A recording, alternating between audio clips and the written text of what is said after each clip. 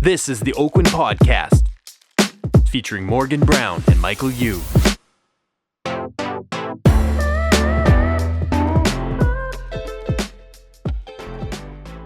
Welcome to the Oakwyn Podcast. I am your host, Morgan Brown. And I'm Michael Yu, and we have a very special guest today. An Oakwynite and guest, Steve Saretsky. Mm-hmm. You might know Steve.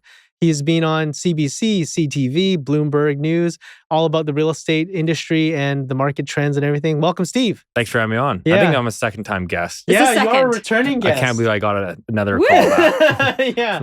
Yeah. We were scraping the bottom of the barrel. Yeah, I can tell. It's the end of the year. Yeah, it's the end of the year. We had to get someone, and we just saw you hanging out outside of the studio, and we thought we'd bring you in and interview you. Thanks, Steve. Yeah, Strolling down Kiefer Street, lost. Yeah, Do people stop you on the road ever? I mean, like, do the people like, hey, it's Steve? Sometimes. Yeah, Yeah. they must. Yeah. Like, Really? I would. But yeah. Do you ever get It's kind of like a you look better celebrity. in real life, or you look better in the camera? Yeah, everyone's like, Jesus. Everyone always, my age is, everyone thinks I'm always way older. Oh, really? You know what's Yeah, funny? I look like shit, to be honest. But didn't I remember we were at Can't we were argue in with the, you there. we were My We were wife in says the the same kitchen. thing. we were in the kitchen, and I was like, oh, you're like 26, 20. Remember, I was like, oh, you're 28. And he's like, no, I'm not, Morgan.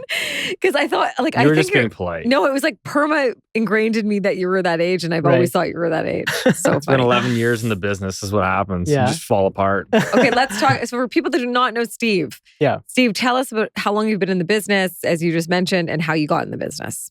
Let's start with that. Yeah, 11 years. Started Jan 1st, 2015. Wow. New year, new you. Yeah. I my like mom was a realtor in Tawasin. She still is. I think Right. she's I did deal with her. she's close. She's kind of the OG out in Tawasin. It's a small market. So I always wanted to be in business. I always wanted to work for myself. That's just like how I'm wired. I'm just not a good order taker. And I just kind of knew real estate because it was like, I read Rich Dad, Poor Dad, and Right. felt like everybody that went into real estate made good money, and Right. my mom was in it already. So I just kind of naturally said, well, let's start here. Mm-hmm. And I kind of got the golden handcuffs of being a realtor, and I kind of obviously has taken off over the last little You were a while. hockey player, though. You forgot. Yeah. Yes, you're a hockey player. Are you competitive? I'm super competitive. I know. Yeah. Yeah. Do you bring any of that hockey competitiveness to the real estate business? I think so. I think that, I grew up competitive, always played like on the top minor hockey league teams, and then went into like junior hockey, junior B, junior A. Wow. I think I became more really interested, or not, like my work ethic just kind of grew and competitiveness grew as I got Older. later in hockey, because I think I was kind of like I was good, but I was kind of a late bloomer. I just got like much better, and like my view is basically like being a smaller guy in hockey. Mm-hmm. The only thing that I can control is like my work ethic. Right. As I was like, listen, if you work extremely hard, and I work harder than anybody else on and off the ice, then like I'll just see how far that can carry me. And that was kind of like the mindset I took in my later years of hockey, and then I think ultimately transpired into like real estate, which is like when you first get into the business, you have no money. All you have is like your time. And so like I was doing, 4 open houses a weekend. It was like, what else are you going to do at 23 years old? Right. Yeah. So I don't know. Just a lot of cold prospecting to start? Yeah, I started like door knocking. Hated that. I didn't really get a whole lot out of it, but I I don't see you door knocking. Yeah.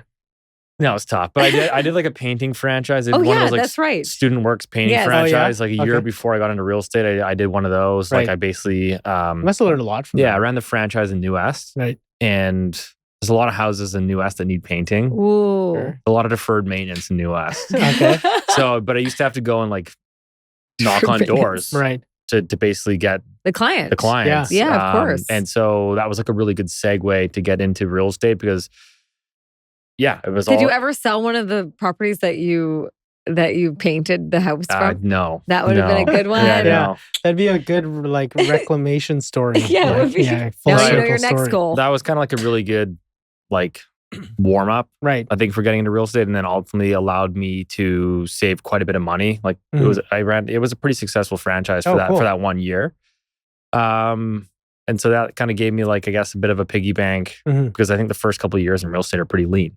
And it was lean for me. So it was lean for you. Yeah. I think. Do you remember? I think year 1 was like 7 deals. Year 2 was maybe, I think it was 12. Okay. I feel like year 3 actually like regressed. I think I went down to like 10 or something. I feel like that happens a lot. Yeah. Yeah. Like the 3 to 5, they kind of go down, but then their dollar volume's up. Yeah. And then you jump over the net. Yeah. And then I think it was year 4, it kind of like was like, I don't know, 20.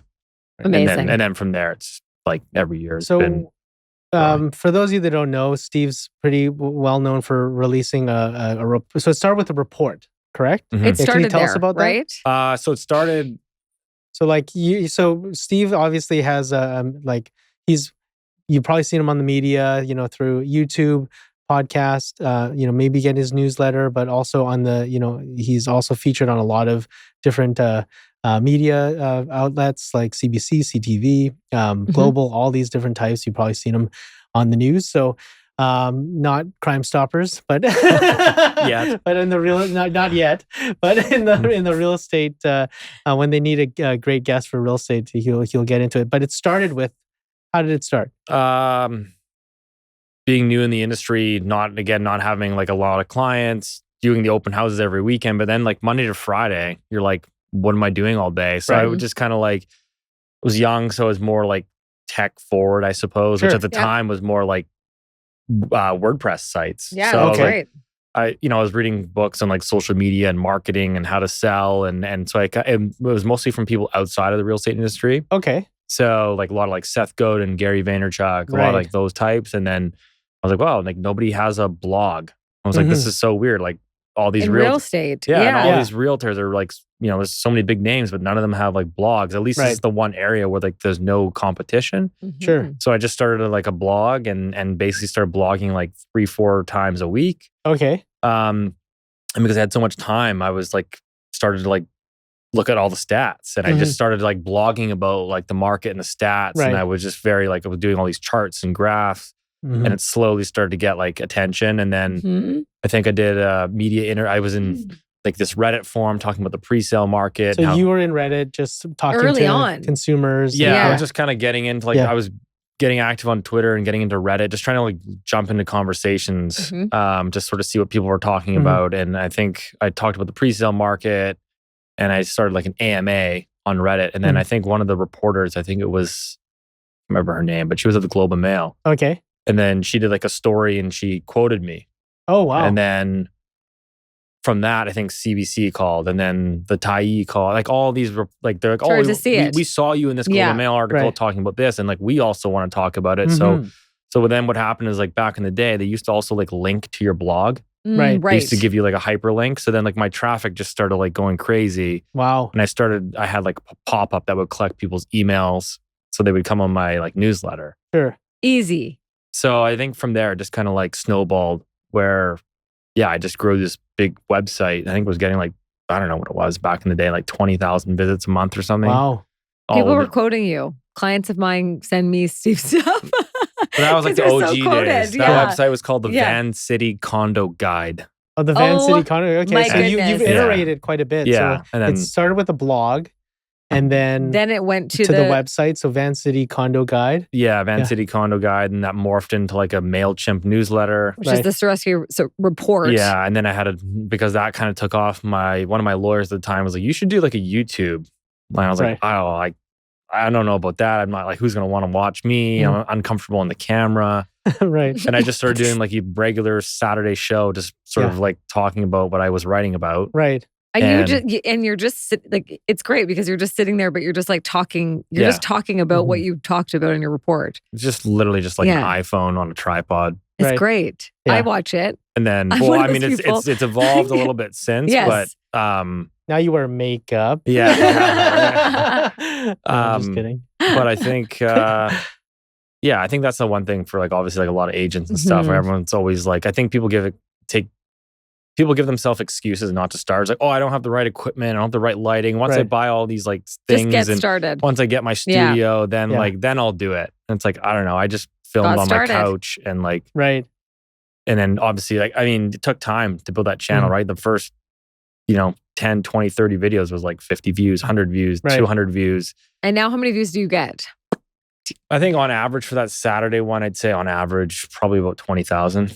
Oh, that's Amazing. incredible. Now, do you know if they're mostly coming from Canadian, like, is it Canadians that are Yeah. watching you? Yeah, it's all Canadian. Like Which is most of nice. it's Vancouver, but there's I talk about like Toronto and like Canada as a whole. So that you get people from outside of Vancouver. But yeah, I mean it's a huge lead flow for my business. Yeah. I was is going to that- say that. Yeah. Yeah. Is that your number one source of getting your business? Would you say, Steve? I'd say if I had to guess, yes. But it's hard because people are like, oh, I follow you. It's like, well, where do you follow me? They follow you on Twitter, but they also follow you on YouTube, and then they Right. subscribe to the newsletter. Right. So it's like they're in that ecosystem. Yeah. So sometimes it's hard to pinpoint. But So I think were you intentional about selecting your like which ones, or is it just what you enjoyed? Like, I think I just kind of, I don't know if I was intentional. I did always enjoyed Twitter. Yeah, you're very Yeah. good at writing on Twitter. I used feel to be like on that's Twitter like all early the days time. to like Yeah. chirp my buddies and like follow Right. the hockey Yeah. like reporters. Yeah. Do you still watch Twitter quite a bit? Yeah, I Like- love Twitter. Yeah, same with my husband. He's like always on Twitter. It's so funny. He's like, this is where I get all my news. Yeah, that's where I get all my news. But you can, it's Yeah. crazy because you can like engage with anyone, right? Like right. Donald Trump. I can have I used to tweet Donald tweet back and forth with like CMHC's CEO Evan Siddall, Right. Yeah, where it's like right. him and I would have like these dialogues. I would just respond, or like, I think EB before he came Yeah. premier would respond, and Right. like Yeah. you can anyone in the world you Yeah. can have a conversation with, and And they're there to hear That's it, so cool. Yeah. which Yeah. is great. So it was based basically on what you enjoyed, what platforms you enjoyed, and then you Mhm. just kind of yeah. I think it's tough because I think you can kind of spread yourself too thin, which is Right. like I'm at the point now where like looking to bring somebody on to sort of help me With all of these things. tackle other platforms. But Yeah. like I've just been like, listen, I've got like a huge runway on YouTube. I really need to focus on YouTube. Which is why the YouTube show, for example, hasn't been spliced out onto audio yet. Because Mhm. I'd rather just accumulate those views on YouTube. right. And then Twitter, like I'm not on TikTok. I probably should be. And I'm not that active on Instagram. Hmm. Those That's are how I feel. those are huge TikToks platforms. are huge platforms. It's like it's a big undertaking. Yeah. You got to bring someone on. It's a big undertaking. So Yes. my focus has been basically like YouTube because that was early days. My Substack, which is basically more from where my website blog So what used is to be. Substack? It's basically like a modern day MailChimp. It's basically a free publishing. Mhm. It's basically designed for people that want to are either journalists or want to write a newsletter. And then Okay. They can it's- monetize it. They can monetize it. Yes. So they basically set up like the payments processing as well. you, So if you want to yes. put it behind a paywall, it's You just can. it's super easy. It's like a Yes. click of a button and they just do all the accounting and the payroll for you. I Mhm. don't charge. Yeah. Because like my view is like right now we have 9,000 subscribers on the Substack. Wow. Yeah. And it's like And the second you start charging for it, the second I start charging Yeah, it for it, starts- I lose probably, I don't know, 8,000 of those readers. Yeah. For And sure. so maybe Yeah. I end up with 1,000 paid at $10 a month or something. what's the mission, right? When I'm like, well, I'd rather just like use it as like brand awareness. And if I And leverage it to one of the other So is platforms. this unique content for Substack, or is this your newsletter put onto Substack? my newsletter is basically now on Substack. So Okay. I no longer use MailChimp. Oh, okay. I no longer blog on my Mhm. website because like Mhm. those are just outdated, right. right? So you They kind are. of have to like pivot. You have to pivot and adapt. navigate it. Wow. Yeah. So I just kind of saw Substack early days, and I was like, Mm-hmm. this is, and then like I was paying a lot I was paying like $400 a month for MailChimp Mhm. because I had so many subscribers, and they were charging you based on subscribers. Right. Yes. So Substack's amazing though. So Such it's a kind of good like platform. work like then I kind of discovered Substack and like Mhm. it's free and Yeah. and the user interface is way better. Okay. The user interface is so good that it just allows you to like it's so much easier for people to opt in and subscribe. Yeah. Does it So- go into their inbox, like their email inbox? Yeah, it goes Yeah. directly into Oh, their okay. inbox. Oh, okay. So like it just looks like a normal email and it gets delivered. I write it up usually on Sundays Hmm. and that will drop Monday morning at 5 a.m. So how do you stay so consistent week to week with all this content that comes out, Steve? Patient wife. Okay. It's true. Yeah, I I mean, know his wife. Yeah, you really went above your Yeah. You You don't have to you're really in remind me. another league. Yeah, you and I are in the same club, I would say you the just subpar husband club. Yeah, right. Yeah. don't tell anyone else. Yeah. Yeah, I think I've now set like these. I've been doing it so consistently. I've literally been doing it for like 8 years now, Sure. like consistently on the content side. Mhm. So I just know like every Sunday, like my That's wife what I'm knows, doing. like every Sunday I know I have to put an hour and a half aside to write a newsletter. Right. You know, every Friday I have to set 45 minutes aside for my YouTube. Mhm. Mhm. Every Thursday I set aside an hour and a half for the Loonie Hour podcast. Mhm. So like those are just like, there's 3 days that I produce content on, and Let's talk about the Loonie Hour. How did you get into that? Everyone knows you from the Loonie Hour. Yeah, the Loonie Yeah. Hour is I want to awesome. have a that's my favorite like thing to content do. piece. Yeah, Yeah, I really of course. enjoy it. Because you get to be with other people chatting Yeah. about. I really find it super entertaining. I learned so much from Yes. like not only from my co-hosts, but from like the guests that we bring on and just Mhm. like the Oh. network. And then you hear of like, oh, like, you know, there's a guest that we've interviewed and they're like, oh yeah, like I know your show. And I'm like, oh, you listen? Like, Yeah, Mhm. great. so yeah, the Loonie Hour, I originally connected with Keith, who's the co-host Mhm, online. There was a finance platform called Real Vision. mhm. It's still around today. It's like a subscription only where basically they used to go around and interview like the smartest people in finance, hedge funds, things of that Wow. nature, like Mhm. the top dogs. And they reached out to me in like 2016 because they're like, we saw you online somewhere and we want to do like a housing bubble documentary covering Vancouver and Seattle.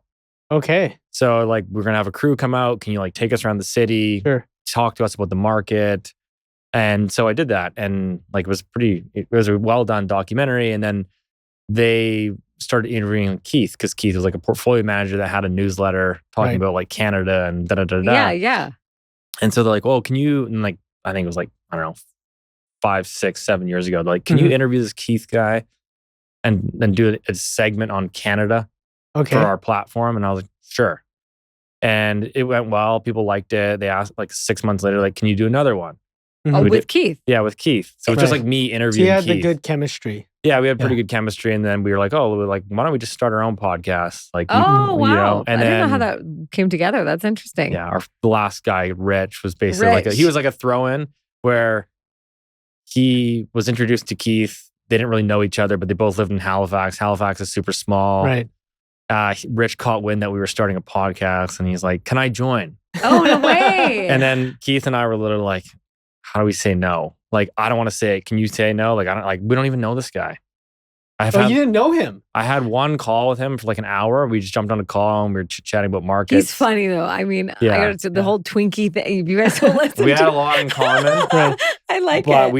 we like legitimately Didn't know each other. did not have the heart Oh, wow. to say no. And so we're like, I guess this guy's going to be on the pod. Let's just see how it goes.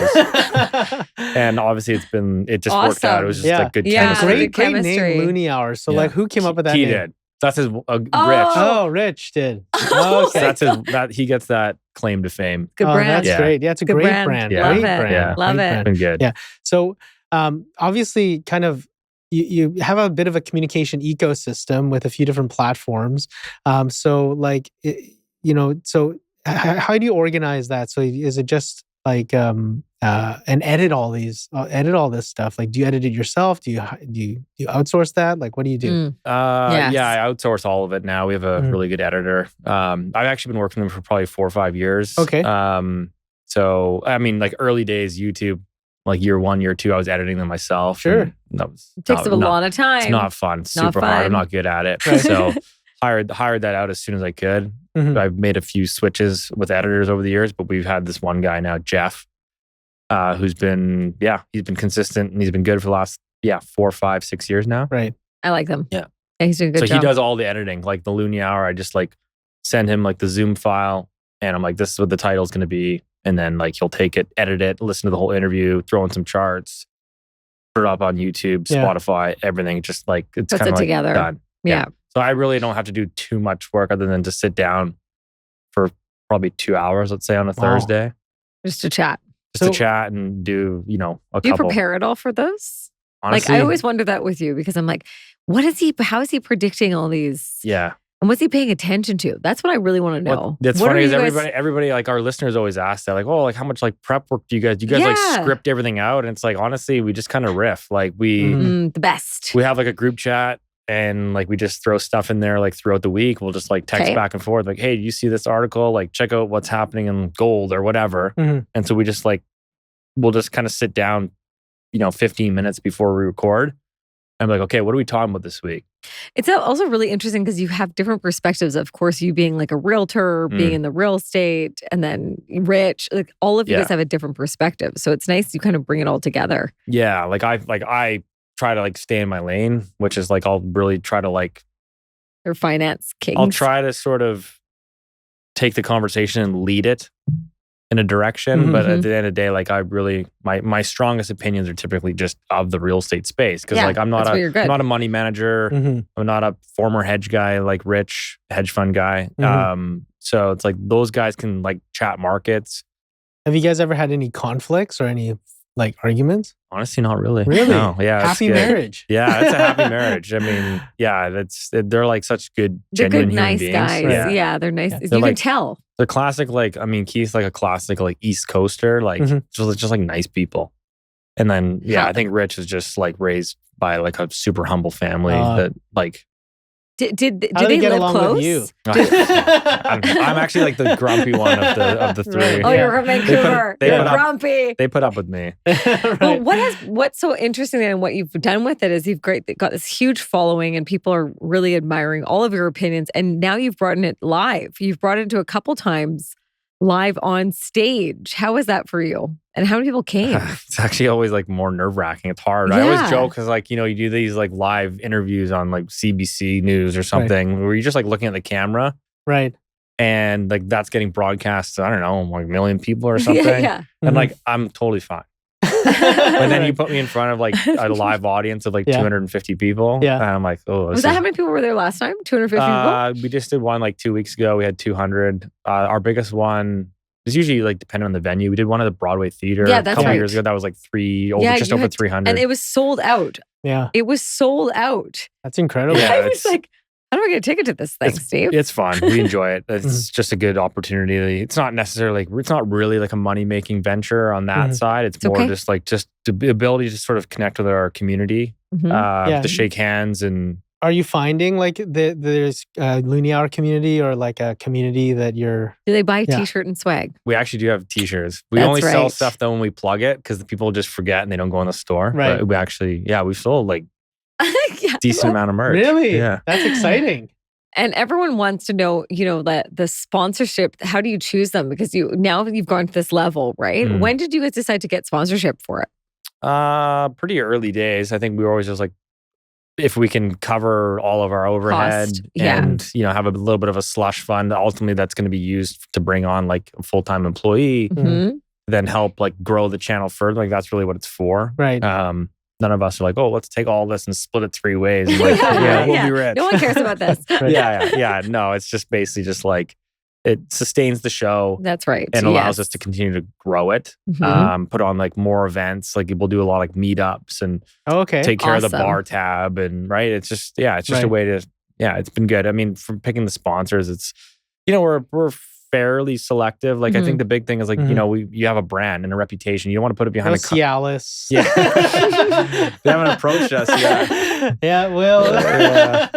That's so funny. Yeah, like you have to be careful about who you put your brand behind, which Yeah. is You like do. like Yes. we've been approached by a couple like I would say I wouldn't say shady, but I'm like like private Mm. equity companies or like real estate syndicators or like Yeah. I'm like I don't know this person's track record. I Right. don't want to start promoting their fund. And then, people, Right. It's a people, rug pull or something like that. it's a rug pull. People Yeah. get gated. They lose half Yeah. their money. Like, Right. so we're very careful Cautious. about that. Yeah, that's so good.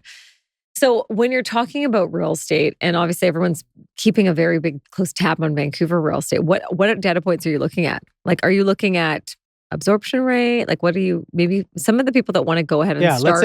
Let's say you're like a novice and you're just like someone that is wanting to learn more about the real estate economics, statistics, and what to look out for. Where would you point them?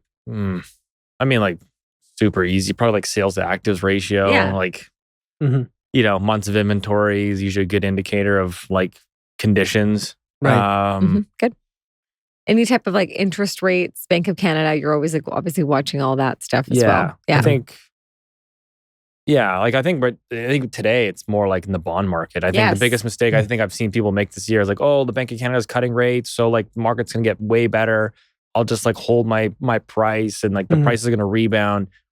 And I think people are like, well, hold on a minute. Like nobody's asking about fixed rate mortgages are priced off the bond market.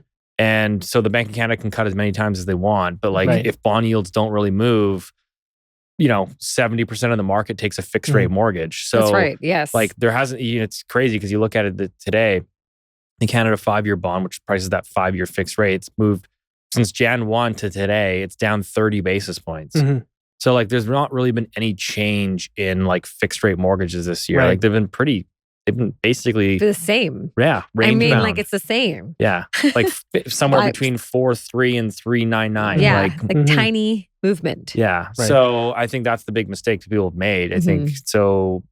I think that nuance, right? Because I think, but the reality is, I think most people will just read like a CBC News headline that says, "Oh, economist says Bank of Canada will cut rates this year." Yeah.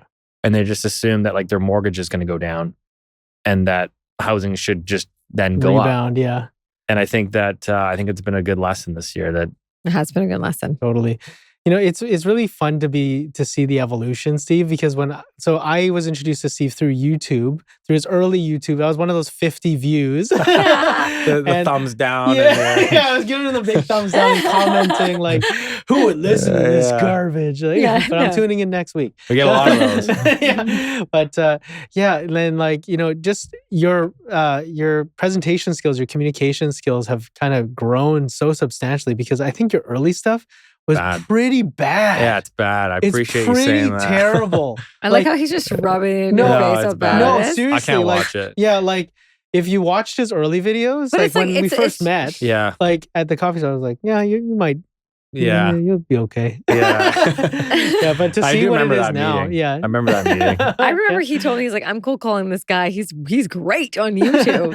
I was like, okay, sounds good. Well, because I think you were right. You hit the nail on the head. There wasn't a lot of real estate related content that was like organic, coming from certain perspectives for Vancouver. It's kind of like, just kind of seeing. I still don't think there is. There's still. I'm just going to be honest. There's a void. There's still a, I guess a chasm or like a gap in the market where there's, lots of opportunities to be able to fill.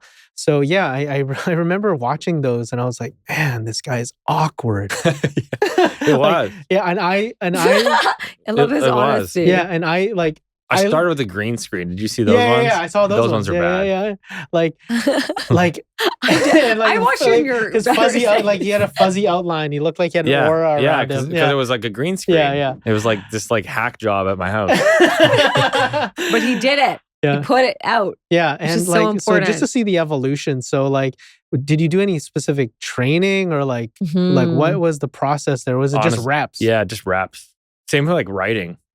So like, the YouTube stuff is all just reps, just like being in front of a camera. And that's why you go on like live stage now. It's like, honestly, it's nerve wracking, but it's really not that hard. Like because you're so used to it now. Right. Yeah. It's like reps. The more you do, the better you get. It's more reps. Like obviously the more you talk about a subject matter, like the more confident you are. And so I just feel like I've been talking about the subject matter for like on camera for like 8 or 9 years. And so I just feel like if somebody asks me a question, I'm very confident because I'm regurgitating like what you're putting out, what I'm putting out all the time. So I'm like, you grill me on other stuff. I'm like, oh, I don't know. Like, I don't know what I'm talking about. Like, ask me, well, like tech stocks. Like, I don't know.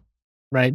But like, if I were to ask you like, what's a lead indicator on the price adjustments that happen? You'd be like, boo, boo, boo. Yeah. It's like, obviously like you and I talk all the time. We do, and like, it's just like great feedback to have like top producers around you to be like, okay, this is what I'm seeing in my business. This is what I'm seeing the stats, but like, what are you seeing? And like, just having having these like anecdotal conversations, I think ultimately is like, sometimes the data can be misleading. Right. Right.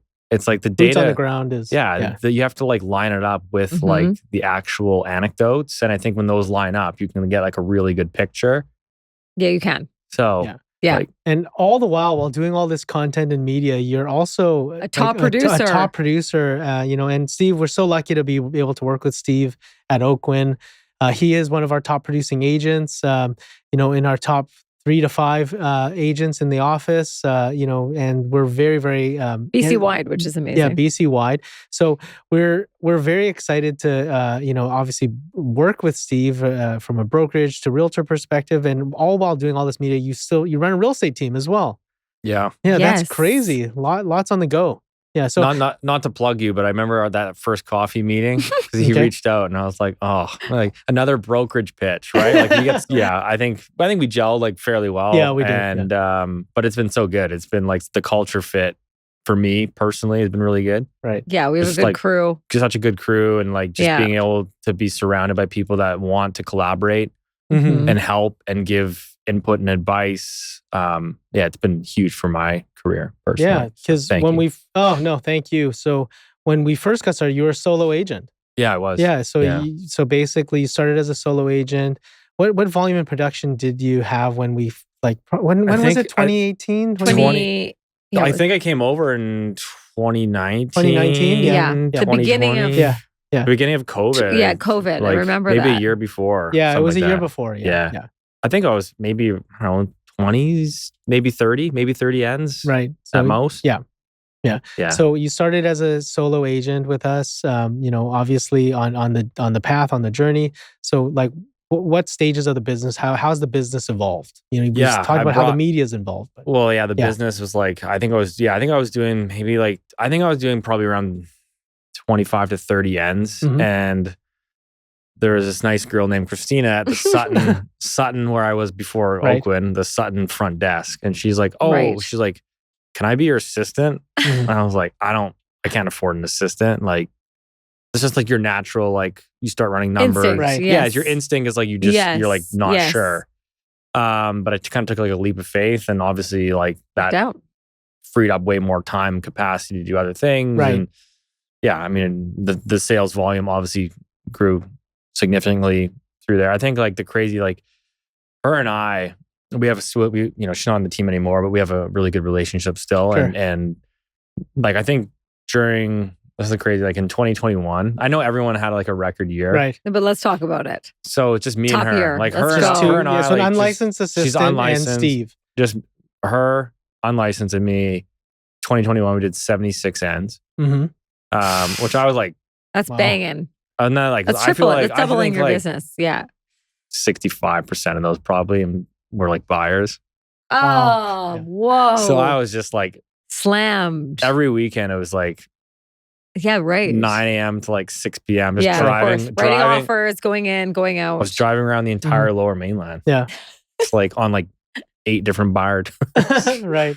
Well, Steve, your business is like, and you have a lot of business from like all over Vancouver, right? Like you take it everywhere. From it's slowly going into one specific sector now. I think we're at like 70% now is in the city of Vancouver, which is kind of where I want to keep it, truthfully. Beautifully. But like obviously when you have like someone that's followed the podcast and like really wants to work with you, and like I've got a condo I need to sell in Burnaby and then I want to upsize, you can't be like, no. Right. So like obviously we'll take a lot of that business on because it's not like some client that you don't want to work with. No, and like Burnaby's close. Yeah, or like I grew up in Richmond and like it's a past. You do venture a little bit, but we're trying to keep it more and more obviously like proximity. Sure. So 2021, you and Christina, you and one unlicensed assistant, you took a chance on growing a team, and you did a great production level, 76. So where did it go from there? And then I think 2022, we obviously took a step back, like everybody did. It was a tough year, but I think in 23, guy from YouTube, he's like, I follow your YouTube.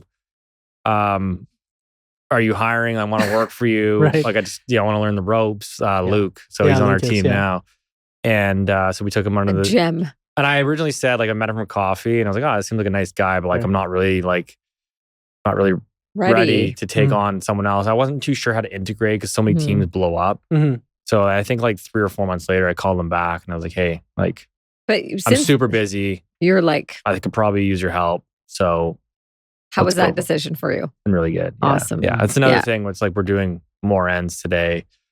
Just frees up my time to do more of like the content side, which I really enjoy. And like servicing clients is just, it's a better service ultimately, right? Yeah, That's what for you sure. Yeah. So right now it's comprised, so the team right now, it's you, Lucas, and So our current Maya. assistant, Maya. yeah, Maya. Yeah. That's Maya. right. Yeah. Yeah. So the team of 3. Team of 3, yeah. And what's production looking like this year? Pretty good. I think we'll be close to like 2021 levels this year. Fantastic. That's fantastic. So yeah, which I mean, like I don't think it's been a Top banner. 1% team. Let's yeah, go. Yeah. So I don't think it's been a banner year for the housing market. So like you're a top 1% team. yeah. That's With incredible. 76 with 2, yeah. So like you see, so you know, our board, the GVR, Greater Vancouver Realtors, tracks teams and top 1%, 2% in terms of volume of sales. And some teams are very large. So some There's like teams Yeah. 48 That members. that drives me nuts. Yeah. by the Because way. it's not, but then at the same time, it's divvied up over how many agents are on your team. No, it's not. It's not? No. No, yeah. So they just take. So correct me if I'm wrong. My understanding is like if I have a team of call it 3, Right? Well, 2 licensed. 2 licensed, but I get to compete with like these teams with like 13 people on their roster. And it's the same, like, hey, I think once you go into the team category, they don't care like if you have 2 people or 23, is my understanding. Yeah, I think it's... I thought it was based off of per agent. I'm Sorry, not- guys, yeah, I'm this, off. This is, but yeah, but you're competing against large teams with a team of 3, and you're still, you know, kind of achieving those target numbers. Yeah. Yeah. Which And is wonderful. I don't know. I mean, Mike and I, obviously, we talk about it quite a bit, but Yeah. like probably at some point bring somebody else on just to kind of step out of it a little bit. Mhm. Enjoy some But- of that fruit of your labor that you've done. I like hustling though. Right. Yeah. You're so young. I you like being can in the do it. grind. Yeah. And, you know, and Steve, you're an office guy. Yeah. Yeah. And not to mention, I will say this: he is also a working dad Yeah. That's been hard. Right. because he also has a child, and you're a very hands-on dad too. So trying to be it all is It's hard. I think you're just because you're trying to balance like Yeah. family life and keeping everybody happy, but obviously Yes. like you got to service the clients and do the media, and yeah, it's a lot. It's hard. Like teams around you. So is do you have smart. any tips for how to manage that, Steve, for us? Very good wife? Yeah. Yeah.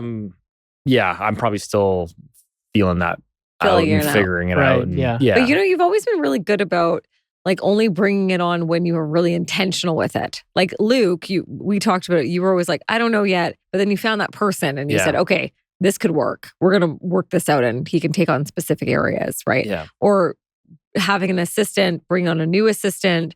You made sure that it wasn't going to be like a hard transition. I think for me, like my personal view of it, and obviously everybody has like different philosophies and how they want to build a team, how they want that to look and feel. But like my thing for me has always been like net profit at the end of the day. Mhm. Like Mhm. what is the bottom line? It's like you can have a team of like 12 people, and like if everybody's making like, you know, whatever, What's the point? what's the Right. point? You know, it's like, yeah, you have the big team for like this ego thing, but it's Sure. like everybody's just kind of like scraping by. Yeah. Yeah, like And so like for me, it was kind of like, listen, let's run this thing super lean.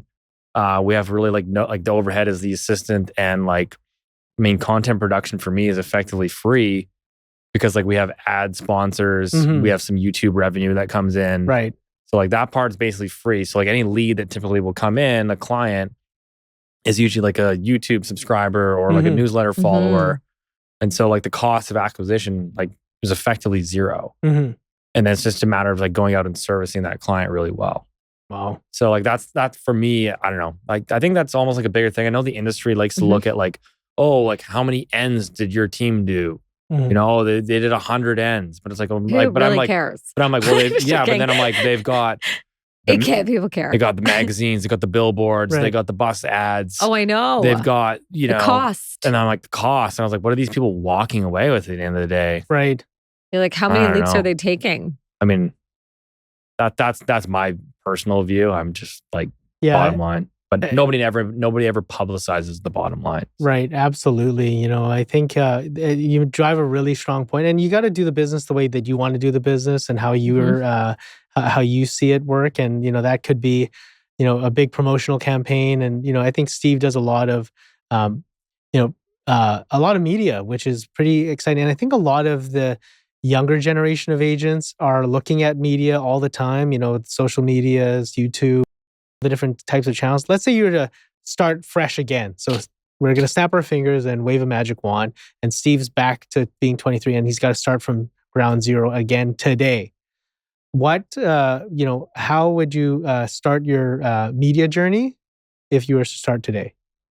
Probably, well, the media journey specifically, or just like in real estate? Yeah. Okay. Probably would do it the same way I did, different, which is like I wouldn't start a blog, obviously, but I would like look and say, okay, Substack would be a good one. Instagram, TikTok. But I think you have to figure out, you have to find out how you like, what's your angle? What's your like niche? Okay. Because if you're just creating the same content as everybody else, like how do you stand out? Yes. Unless your personality type is like super, super interesting, or like you're like hilarious and like right. Then like, okay, maybe you stand. You see some of these people doing like realtor videos where like they're super funny, right? Like okay, you've broken through because like you're you and you're hilarious. Yeah. But if you're just kind of like generic and you're just reading like stats, I'm like, well, then you just kind of like not gonna make it. You look like the tens of thousands of other realtors are producing the same content. So I think you have to kind of like find your angle. Mm-hmm. Yeah. What's your niche? Yeah. What makes you unique? Like why should people listen to you? Mm-hmm.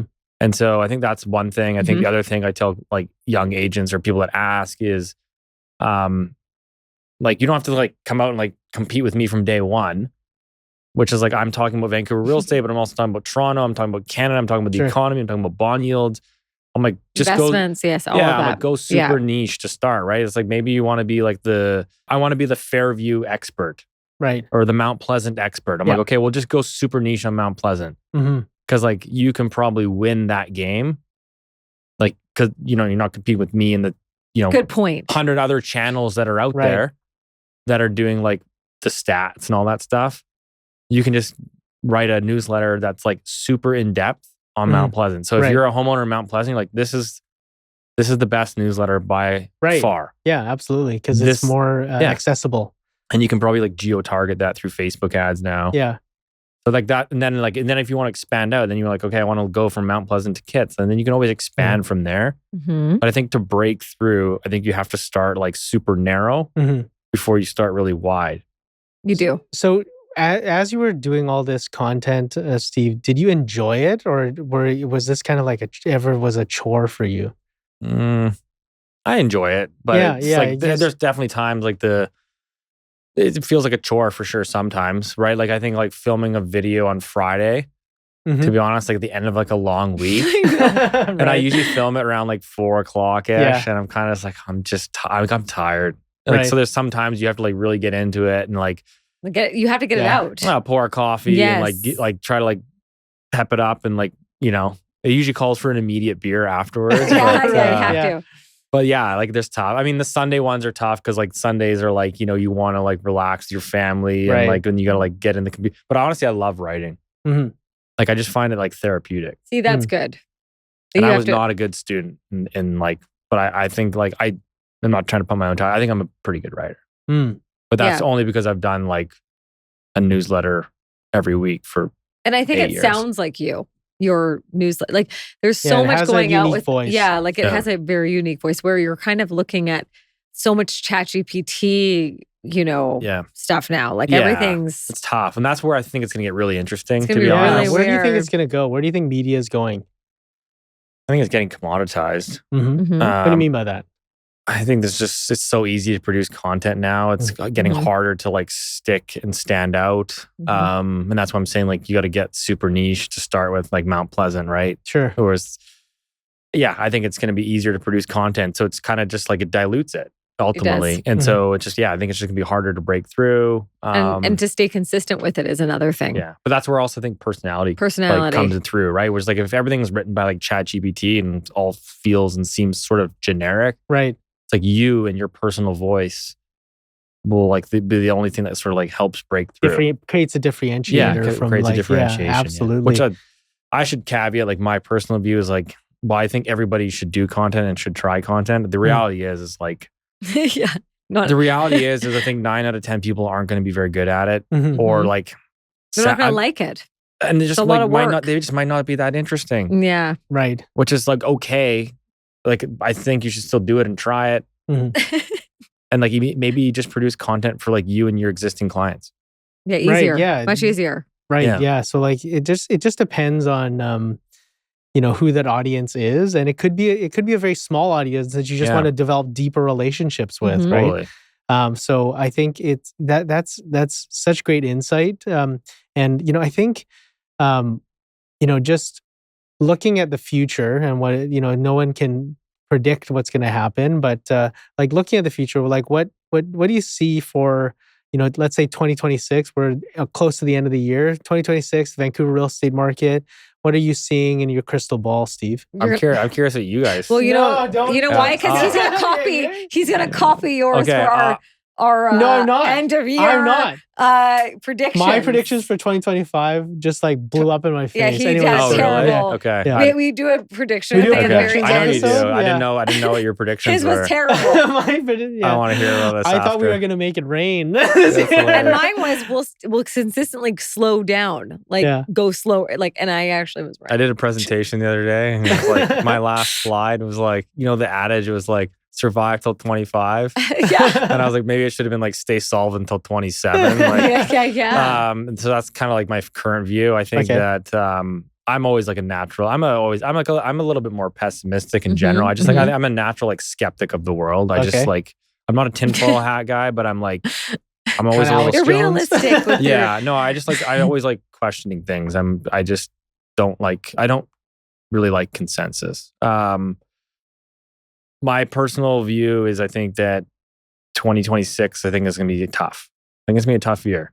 Mm-hmm. Not saying it's going to be worse than 25, but I think it's like I don't think we're necessarily rebounding, or at least I think parts of the market will perform better. Like I think the resale market is probably better in 26 than it is I today. think so. I think Mhm. so. Yes. I think I don't think you'll have better prices, but I think things will move a little bit better. You won't have you won't have all these listings that sit for 6 months with Mhm. like 5 price reductions. I think maybe instead of 6 months to sell, it takes 4, Mhm. right? So I think like that would be sort of my base case. I still think like the pre-sale, new construction development side, I think it's just Toast. toast. It's so bad. I know. Mhm. It's so bad. And I think governments are maybe loosely aware, but I don't think they really Are aware. are grasping like it's bad. And like Vancouver's bad, but Toronto's even worse. Yeah. Like in September, there was like 28 new condos sold in the entire city of Toronto. Oof. Like in the Very. so in the entire GTA this year, Mhm. year to date, like year's almost over. There's been I think 1,200 new home sales. Wow. The average year is 20,000. Like there's like basically like no 95% less sales. like that industry basically like at the moment is like doesn't exist. Right. Which is like think about how many business models like pre-con agents, pre-sale marketing firms, developers, trades, construction workers that are all like tied into They're that. so yeah. And I'm Yeah, like, and what's that going to do to supply down the line, like in the future, right? well, I mean, obviously, yeah, it's like probably 3-4 years out, 5 years out, we'll be talking about like another like housing crunch. Yep. Right. I don't think it's the next year or two, but it's a real problem. Mm-hmm. So what do you think is gonna? So just to talk about 2026 a little bit more. So what's your plan for your real estate team in 2026, or maybe your content? Good question. Yeah. I mean, so part of that is like I'm like a little bit skeptical that next Sure. year is going to be like a boom. Like I said, I think we've had a good year. We Mhm. could probably still add somebody, but I'm kind of almost like to like tiptoe into it. Which is like let's see how 26 starts and In Q1, right? To see Yeah. what's happening. like obviously we want to grow volumes and like Mhm. net revenue for our team. Obviously, But you have a great clientele group that Yeah. you just service that you just have to stick to. It's Yeah. like serve them well. yeah, and I've obviously like learned from both of you in terms of like keeping in touch and with those past clients Mhm. and how to build these Mhm. businesses. I think that's been the best thing with Oakwyn is just like all these top producing teams to like learn from them and what makes them successful. Yeah. Because I do my business way different than many others, but there's always something Most that people, I everybody. can pick up little something from everybody. Yes, Right. yeah. And you're an in-office person, so like you're in the office very regularly in our downtown office. So like, how valuable has that been to you to surround yourself with, like-minded people? I think like the biggest thing for me has been like starting in the industry when you like don't have a whole lot going on. You're basically just like sitting at home most of the days, and like I found that obviously was like the real estate. It's like such a lonely industry, especially if you're like a solo agent, Right. And so I think for the biggest thing for me is just like being able to come to the office pretty much every day and seeing the same 10 teams there that I've become like really good friends with, just to have like that camaraderie. Yeah, camaraderie. That's been the biggest thing I think for me, because like I think it can be a lonely industry. It's tough, it's grueling, it's a grind. And so just being able to come in and like chit chat and go for lunch with some of the some of the people there, Right. It's been really good. And obviously, just getting help from them. Hey, have you ever sold in this building? Like, what can you tell me about it? High level. I think there's also another aspect of that. Like people are building their wealth in our age category as well. So people talk about those things. I think it's all about real estate, yes, and you're building great teams, but what are you doing with that money? Or how are you, what other things can you be doing with it for your business, on the investment side? So I think not only is being in an office around like-minded people great for community, but also for like future growth and future planning.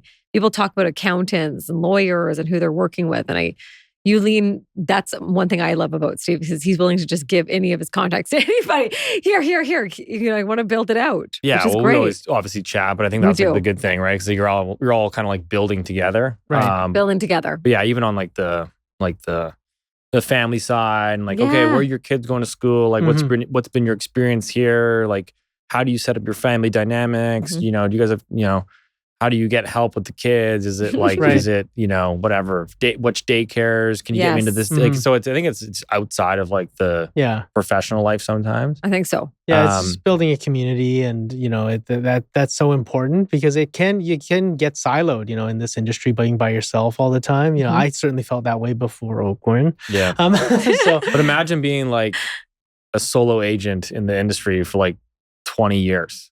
Oh yeah. Like that's like, I don't know. That's a grind. That's tough. I think, like, unless you're super like introverted. Yeah, it's too tough.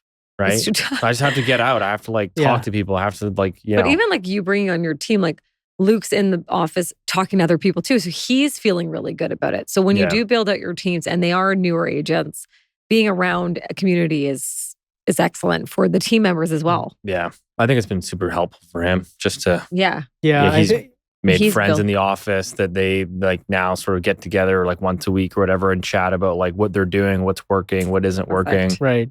Yeah, that's awesome. So what opportunities, like what is there a segment, an opportunity, like an area or like a property type that you're like, okay, this is undervalued. It's looking like this would be a buy for, do you see any good opportunities out there? West Bend. Yeah, literally. That's like my first one we were talking about like off the air, was West Vancouver real estate. There's like, what is it? It's like a 14-month supply. Like there's like a big, right? Jokingly keep saying like, oh, maybe I want to move there someday. I think it's super nice architecture. It used to be like super prestigious. I think people have forgotten about it. I literally just had a client that bought there, and they're like, they like literally this is what they said to me. They're like, we never thought we could live in West Van. We just always assumed the prices were like really high, outlandish, and really high. And so like we were just like one day searching on REW, and like this one like West Van property came up, and then we realized that holy smokes, we can actually afford to live here. So I found that really interesting, because you look at those like the price charts and like past history, like that market peaked in like 2015. It did. So it's like 10 years, like prices are arguably lower in many cases. I find that's a market that gets really beat up when the market slows down. I don't know why that market sells off so aggressively. Well, it's historically it's cheaper than the West Side. Yeah. But since like 30 to 40 years ago, it's always been like that. It's the bridge. It's always been cheaper. It's always been cheaper. I mean, the West Side, to be honest, is still, I think, on a relative basis, I think is relative value there. Which is to say, this is nuts. It's from what it used to be. I mean, 2021, 2022. 2016 peak, right? 2016, 2017, yeah. Like there hasn't really been any real growth. Like there's been a few like up years, but if you kind of like average it out and you look and say like if you bought a house on the West Side in 2016, like you're break even maybe? You're break even. Like, and I think but then you look at how much the East Side's gone up, or you look at how much North Van has gone up, and I'm like, I don't know. To me, it's like I think people have forgotten about like West Van and the West Side. I think so. Because they kind of got hollowed out, and they changed a lot during like the 15, 16 years. But I think it's there changing might be an opportunity there. Yeah, because it's shifted away. Like I think like with all like the foreign buyer taxes and bans, and like I think a lot of that has kind of. We just had a client buy a place in Kitsilano, a half duplex for 1.4. I got it for 1.45. That seems crazy cheap. I know. So you just got to get in there. Yeah. Ask the questions. And also get your clients out.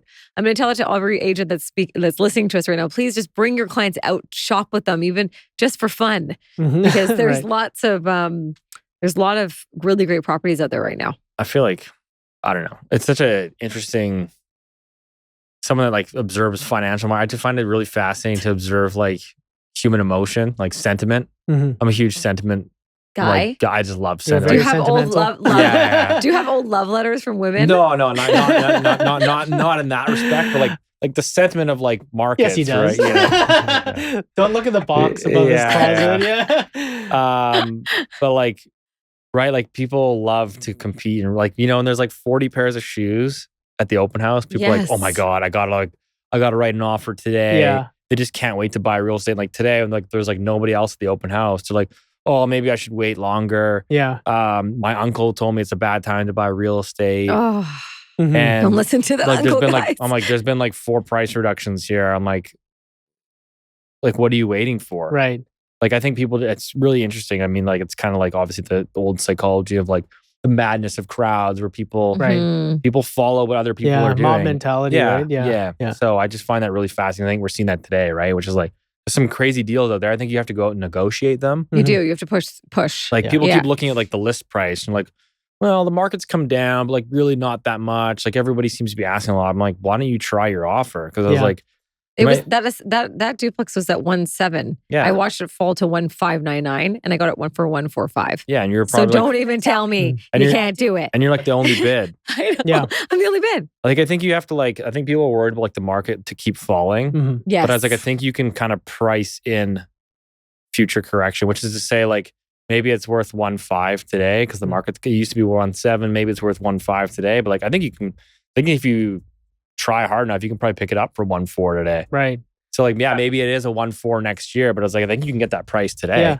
And I feel like don't feel shy to try a lower offer. Yes. Like, and see, you don't know the circumstance of the seller, right? Yeah. And and basically until you try that, and even as a listing agent, when I receive a lower offer, it gives me leverage to kind of go out to everyone that's visited the property, don't be mad at them. Yeah, I never get upset. I'm like, oh, thank you so much. Let's work on this together and find middle ground. And worst case scenario, you can use that as like leverage for your next offer that comes in. And so there's no downside to it per se. I think there's still a way to do it, right? Which is you. I'm sure you probably tell the agents this, like, please don't just send an email. Right. With an offer attached with no context. Please don't do that. Like, forwarded from DocuSign. From Steve Saretsky's inbox. Have the phone call first. Like, hey, my client is, this is where we're going to come in. Yeah. Have the phone call first because you want to develop that relationship with the agents, and you want to make sure that you're being intentional with how you're presenting it. And that's going to represent your client better as well, because if you have an agent on the other side that wants to work with you, and you're not adversarial, you're going to go a long further. Way. I think that's like one of the biggest like learning lessons I've had personally is the ability to collaborate with other agents. I think originally I was very like confrontational with other realtors. Like, really? You know what I mean? I think I was just like young and inexperienced, right? Which is like I would almost butt heads with them, feeling like I had to like win the negotiation. Right. But it's like, I feel like winning the negotiations usually just like, it's a collaborative approach. Like, especially today, like you have to have like the gap is so wide between the sellers, what the seller wants and what the buyer wants. And so you really have to work with like the other side. You almost have to become their friend. Right. Like, hey, listen, like, let's work on this together. And I think Such good advice. that's been like a big help for me as opposed to like trying to butt heads and like. Yeah, that's such a perspective shift. To like trying like, arguing about like why you're at the price. And like, it's just like, listen, this is what my buyer wants to pay. Like, I think that's one thing Oakwyn does really well though, is making sure that we keep on standing out as collaborative agents. Like a lot of us are all in that mindset. Like, let's get this through let's get this net. What is it? Puck in the net. Yeah.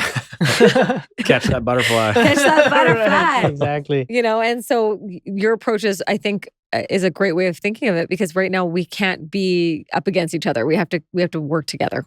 Yeah, I think so. I think that's where you're seeing all the deals. Like, I think, I don't know, you guys have the stats probably more than I do, but like what I've seemingly, the conversations I've had this year have been the top producers, the people that have been around that have been established, despite like what the market is doing, or having like pretty good years. Right. They are, yeah. And then you're seeing sort of like the bottom half really, I think, struggling. As I think what I'm finding today is like the deals that are getting done are usually with like really good agents on the other end.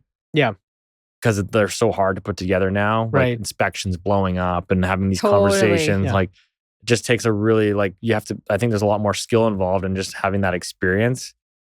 It's been, it's interesting. Yeah. I think this is the opportunity to kind of, show your professionalism, show your skills, take market share, so that when the market does pick back up again, you get a disproportionate amount of those revenues to come into your business. So like there's great opportunities right now, for us real estate professionals, especially those that are experienced, and if you're not experienced, like, this is the best environment to learn, because you're learning in a rough terrain. Like Totally. Some of the agents that I worked with that started in like peak markets, they're really, really struggling right now. And like Morgan started in 08 in a really terrible market. So I was so broke. but then that's when you sharpen your skills and you learn the ropes better almost. So yeah, it's a great opportunity. You have to. I think work works. That's all I'm going to say to everybody. It's the name of my new book.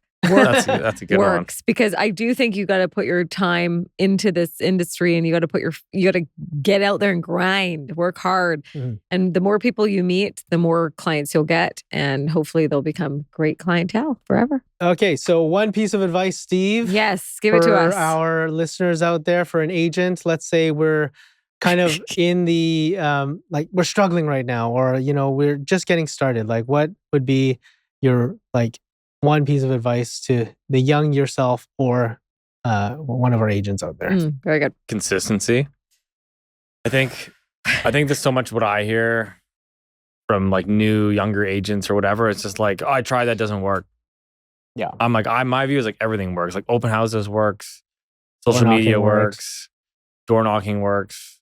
Like it all works. Right. It's just like you haven't done it long enough and consistently enough. But like obviously you have to figure out like what your skill set is. Like maybe you're just not good at, door knocking. Like if you're not good at that and you don't like it, don't do it. But like figure out something that you can actually like consistently do for it to eventually pay off. And like, that's so good. Yeah, that's be consistent. That's such an amazing lesson. And just hearing the story of you kind of Friday doing your video blog, and then writing and blocking that time out, giving yourself that hour and a half to make sure you do it every single week. Because basically your audience or your customers or your clients are going to expect that. And if they don't get that, it's almost as though the open light wasn't turned on if we were running a restaurant or sports bar. My view is that. that's a good way to frame it up. But I always frame it up of like, think about your favorite like TV show, right? Your favorite TV show used to come on like every Sunday at like 6 p.m. Sure, Rugrats. Right? Yeah. Or whatever, right? Yeah, Rugrats. And it's like, if all of a sudden like you turn on your TV on like Saturday and like Rugrats, you're like, where's the new episode? Right, exactly. Like you have to like train people to sort of show up. And that's obviously like why our content, like sometimes our Loonie Hour podcast will be like, sometimes it's like editing things or whatever, like. Take some time. And it's late. It'll be like 2 or 3 hours late. And they're like, well, these emails will come in or like DMs will come in like, where's the pod? What happened? Like relax. It's like 90 minutes behind schedule. Right. But like, yeah, I think you can almost train. That's like our Monday motivation. They were like, what's happening? It's not on. And I think that, and that's such a big lesson Huge because lesson. it started off so small for you, Steve, like, just writing the blogs, just like, a spark creates a little bit of ember, which creates a big fire, right? So like, now, seeing like whenever I watch news and they feature a like a real estate story, like commonly I'll see Steve being interviewed as well. And I'm just like, we're just so proud of you. Yeah. Like, Thanks, man. So true. We're so proud to work with you and be your peer and to see your journey and be a part of the journey. And, we're just grateful to work with great agents like Steve at Oakwyn and just to see your growth. And not only as a business person, but just like you've changed from a boy to a man. Thanks, man.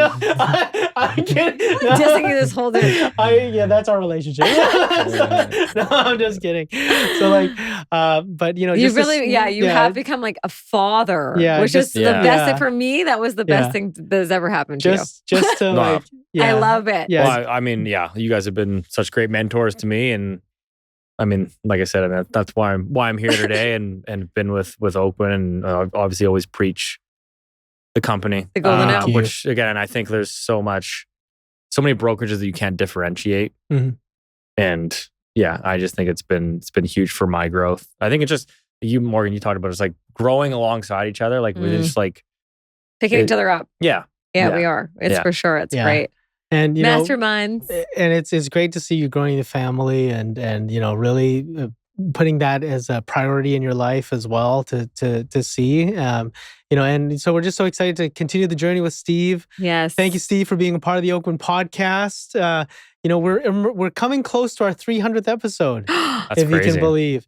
So what are we doing? We're gonna do a very, very fun event. So that'll be announced fairly soon. But we're gonna do a fun live 300th podcast Limited episode. Seats. Limited seats. Hopefully, Steve will be able to join us for that podcast.